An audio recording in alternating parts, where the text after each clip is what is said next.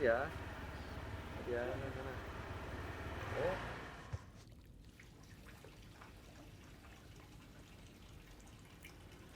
Ya.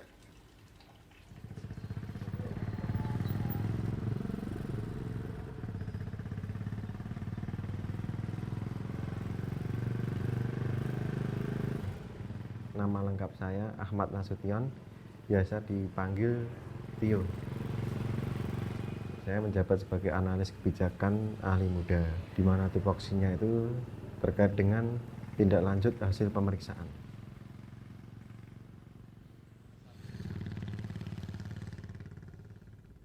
Saya bekerja di inspektorat itu sejak tahun 2009 sampai tahun ini ya kira-kira 13 tahun saya sudah bekerja di inspektorat, dan saya itu belum tahu dulu itu inspektorat itu seperti apa.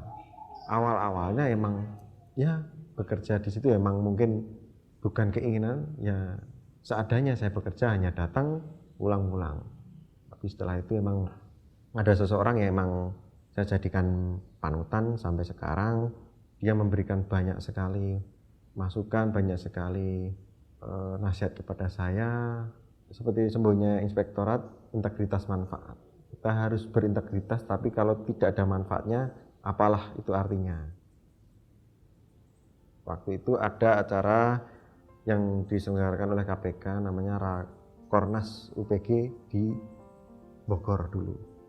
Alhamdulillah Boyolali inspektoratnya itu dulu mendapatkan undangan untuk mengikuti sebagai peserta. Waktu di sana itu kita disuruh untuk ya semua daerah untuk memberikan inovasi apa atau mungkin terobosan apa yang dilakukan dalam pengendalian gratifikasi. Kalau Boyolali kita concern terkait dengan larangan fee perbankan. Pada awal-awalnya larangan fee perbankan itu banyak sekali kontranya. Tapi karena emang itu sudah jadi kebijakannya Pak Bupati, kebijakannya pemerintah daerah bahwa itu tidak diperbolehkan alias dilarang, ya tetap harus kita tegakkan.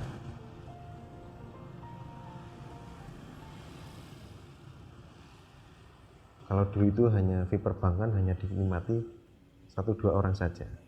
Tapi sekarang fee perbankan itu diadakan misalnya pengembangan infrastruktur atau bantuan sarana prasarana perkantoran seperti komputer dan lain-lain.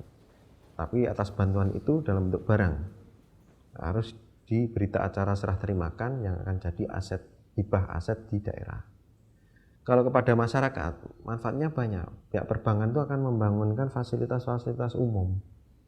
Fasilitas umum seperti shelter atau seperti mungkin tempat-tempat untuk taman bermain dan lain-lain. Nah, PNS sekarang itu jangan hanya istilahnya cari aman, intinya hanya mengerjakan sesuatu yang rutinitas, tapi kita harus mengembangkan potensi kita, menggali potensi kita untuk memberikan yang terbaik bagi daerah yang sudah memberikan kepada kita haknya seperti gaji.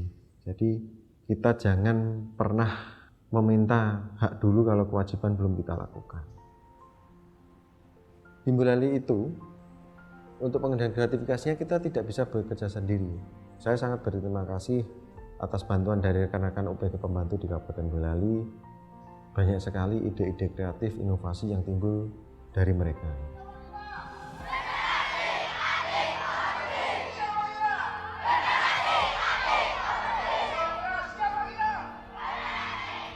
Ada yang ekstrakurikulernya yang dulu hanya istilahnya olahraga, basket atau mungkin sepak bola, sekarang beralih ke mungkin yang lebih mengedukasi terkait dengan anti korupsi gratifikasi, seperti ada lomba TikTok terkait dengan anti korupsi gratifikasi, ada lomba puisi, bacaan puisi, ada lomba yel-yel dan lain-lain. Ada juga terkait dengan pembuatan komik dari masing-masing siswa per kelompok, ada juga lagi terkait dengan ada game dan lain-lain, sampai masuk ke materi. Jadi di dalam 1 minggu itu ada materi terkait dengan integritas dan anti korupsi. Apalagi sudah ada peraturan bupati terkait dengan pencegahan korupsi di sekolah.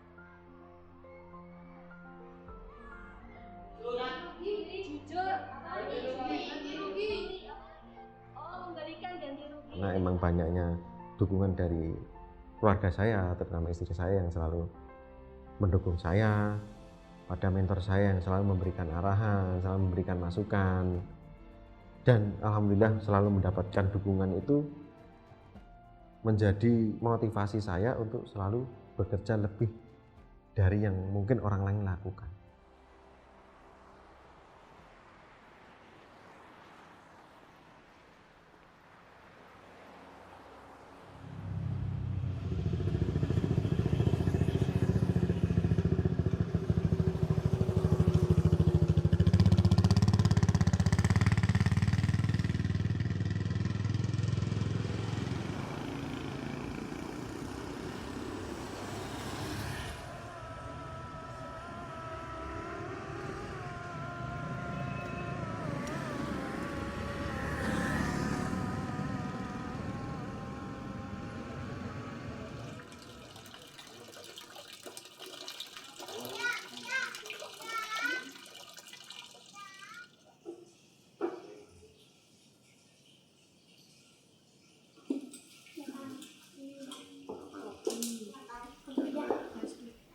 Saya selalu mendorong anak-anak saya harus lebih baik dari ayahmu, karena ayam itu masih banyak kekurangan sih.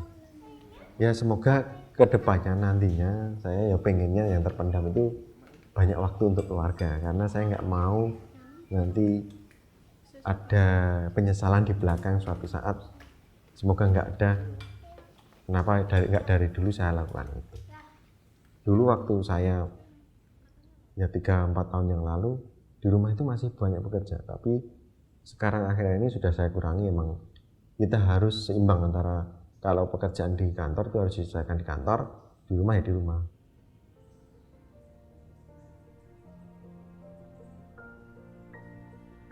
Yang saya rasakan di awal-awal dulu tuh dia takut, khawatir, karena kan itu beresiko. Ya apa istilahnya kayak mengangkat masalah yang sudah mendarah daging dari dulu banget gitu kan, dan itu nggak bisa dihindari. Kalau pas Mas Tio ada teror kayak gitu, dia tadinya saya pasti takut, tuh kan bener kan ada teror kayak gini-gini, tapi dia selalu make sure bahwa nggak apa-apa, tenang aja, saya tuh di backup kok gitu. Saya nggak mungkin ngadepin ini sendiri lah.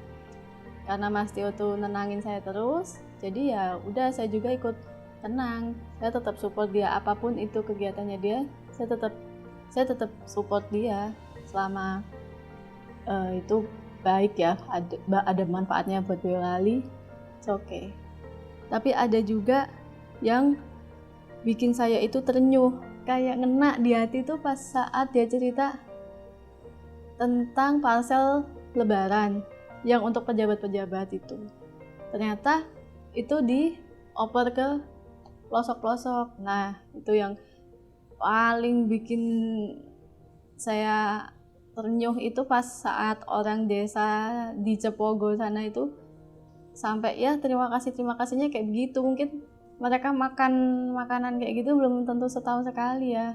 Dan itu pelopornya tuh ya Inspektorat Boyolali. Buat saya sangat bermanfaat gitu loh. Dia memikirin masyarakat bener-bener.